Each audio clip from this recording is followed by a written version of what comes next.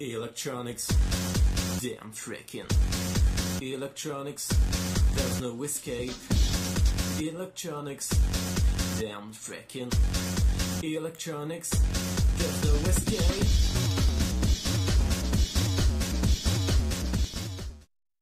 Aw yeah, Rivers here with some cool tech, and this is the Nextway F9X 9.7 inch tablet. This guy's got a nice high-resolution 1048 by 1536 screen. It's powered by the new all-winner A31 quad-core CPU.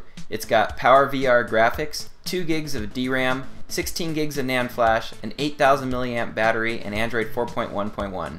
It's got front and back cameras and a nice sounding speaker. All this comes together to make a solid performing tablet.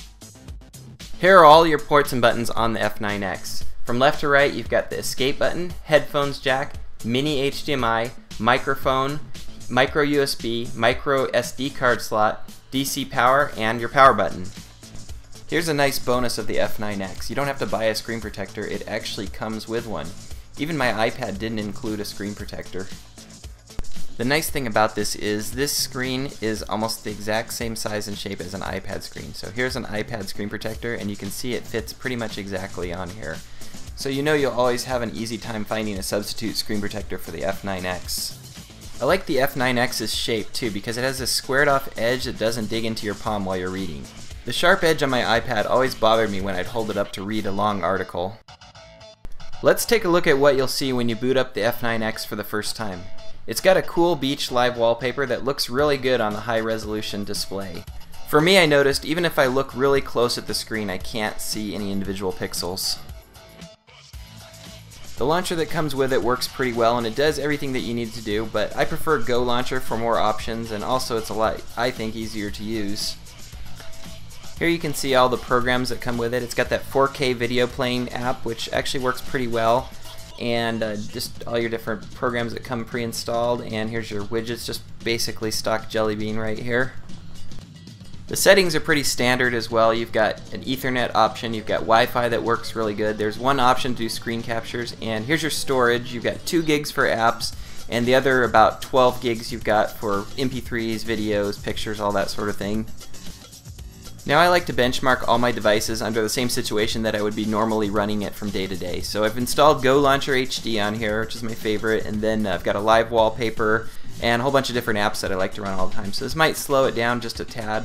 First, let me show you how good the high resolution screen looks on here. So I'll go ahead and take a screen capture of the desktop and we'll look it up in Quick Pick, and you can see on here you can really zoom in and it still looks good. That's because it's captured at 1048 by 1536 instead of the regular 1920 by 1080. So I'm pretty happy with the screen. It looks good and it actually plays videos in HD really nicely as well. So the first thing I wanted to show you was the video playback capability of this tablet, and it worked pretty well. I think the A31 processor is actually geared towards video decoding and encoding, so it does a good job on there. And I used also MX Player and it worked really well as well.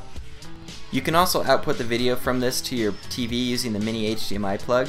The output is only in 720p though, and it was a little bit jumpy, so hopefully a software update will fix that. Next up, I'll run the benchmarking app LinPack, and this just does a quick CPU benchmark. And it's getting pretty respectable scores, between 90 and 100, so that's actually pretty good, about double what a lot of Android Mini PCs get, especially considering the resolution of this tablet, so I'm happy with that. I also ran Antutu on here, which benchmarks all the different components on your system and then gives you one overall score, and it did pretty good. My Samsung Galaxy S3 gets about this same score, although it's super bogged down with a million different apps, but pretty happy with this score. Next, let's look at some more details about the CPU. So you can see here it's a quad-core ARM-based CPU, and it goes up to 1 GHz. Now I'm going to run Root Checker on here, which verifies that yes, we do have root access, so you can run all sorts of good tweaking apps on this tablet. Here's how your internet surfing works on the F9X.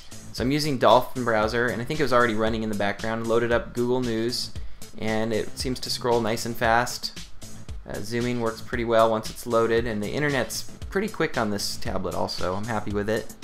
Here's a comparison with the F9X versus my iPad 3, both running Dolphin browser. It was already loaded in the background, and loading up Google News, it goes up a little bit quicker on the iPad 3, but they're both pretty snappy on it. You have to consider also that the F9X costs about half the price of the iPad. Now it's time for some gaming demos. First up is Dead Trigger. It plays really well. The load time between levels is a little slow, but the gameplay itself works really nice, and I think it looks great on this HD screen.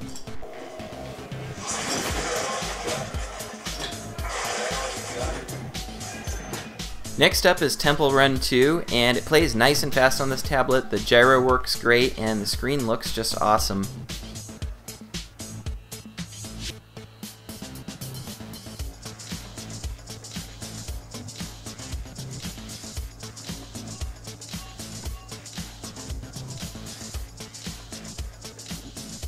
Next I played Asphalt 7. Now this game really pushes the hardware to the limit, but it worked really well overall. I actually enjoy it a lot more on the tablet than on my phone. The experience is just so much better with the big screen. The gameplay was great on all the apps, but the load time was slow on all of them, so I wonder if the NAND memory in this tablet's a little bit slow or something like that. But still, the play itself is what matters, and that's nice and fast. This is one of the classics, Fruit Ninja, one of my all-time favorites. Just good stress reliever, and you can see the multi-touch works well on here. And the gameplay was nice and fast, just like on any other device I've played on. And finally we've got Alpha Wave. I've always loved Galaga and Space Invaders when I was a kid, and this is like a souped up version of that for your tablet. It plays awesome on here, and you don't have to bother hitting any fire buttons, it just auto fires for you.